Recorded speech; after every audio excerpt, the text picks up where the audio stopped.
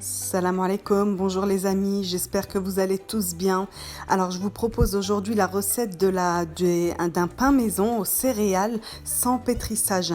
Je vous avais déjà montré quelques extraits en vidéo, mais là je vous montre le détail précis des ingrédients. Donc vous allez mettre 250 g de semoule et 250 g de farine, un sachet de levure boulangère déshydratée et une cuillère à soupe de sucre. Vous allez mettre vos céréales si vous aimez ça. Moi je mets des graines de lin et des graines de pavot. Il y a également des graines de sésame.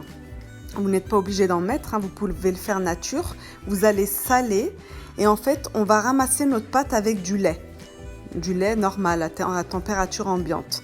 Donc ça fait 500 g en fait de farine et de semoule et 350 ml de lait. Donc vous allez ramasser votre pâte avec le lait. En fait, c'est vraiment une recette sans pétrissage. Il faut vraiment juste ramasser votre pâte et faire une boule. D'abord, vous rendez homogène la matière en mélangeant tous les ingrédients, les ramassant ensemble. Et vous devez obtenir une texture molle. Un pain, pour qu'il soit toujours réussi, si votre pâton est dur, c'est que votre pain n'est pas réussi, il va sortir trop dur du four, il sera raté. Et n'oubliez pas, toujours votre pâte doit être molle, limite collante. On va également mettre 2 cuillères à soupe d'huile normale ou d'huile d'olive, comme vous voulez. Là, cette fois-ci, j'ai mis de l'huile normale. On termine par ça, on ramasse bien notre pâte, il n'y a pas besoin de pétrissage comme je l'ai dit, jusqu'à ce que vous ayez une jolie boule, un joli pâton. Le voilà, moi il est plein de céréales, j'aime énormément les céréales et c'est bon pour la santé, donc on ne s'en prive pas. Donc là, une fois que votre pâte est ramassée, on va la laisser pousser, doubler de volume. Donc là, comme il fait assez bon aujourd'hui, en 45 minutes, elle avait bien gonflé.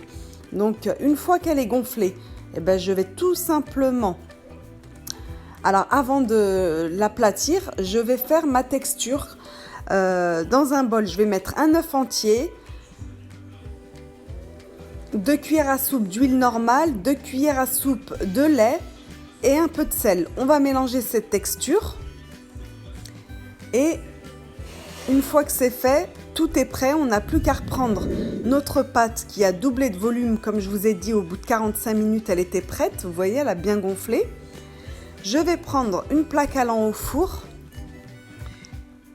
et je vais sulfuriser ma plaque et tout simplement aplatir mon pain. Moi, c'est un grand pain en fait, j'en ai fait qu'un pain. Si vous voulez, vous pouvez la couper en deux et faire 2 pains moyens. Moi, j'ai fait un grand pain. Voilà, je l'aplatis, je fais un beau cercle. Donc, il faut l'aplatir assez finement parce qu'elle va gonfler. Pour pas qu'il y ait trop de mie, aplatissez-la bien quand même. Hein. Il faut qu'il y ait 1 cm d'épaisseur, pas plus. Voilà, donc là, on a notre pain bien aplati. On va pouvoir le laisser gonfler une demi-heure, ça suffira, 20 minutes, une demi-heure. Et là, on pourra le passer au four à 200 degrés pendant une demi-heure. Voilà ce que ça donne comme résultat au bout d'une demi-heure de cuisson à chaleur tournante à 200 degrés. Donc il est bien doré, il est très croustillant à l'extérieur et franchement il est très très bon à l'intérieur, plein de céréales. Je le fais souvent, je vous ai déjà montré ça en vidéo parce que il est tellement facile, pas de pétrissage.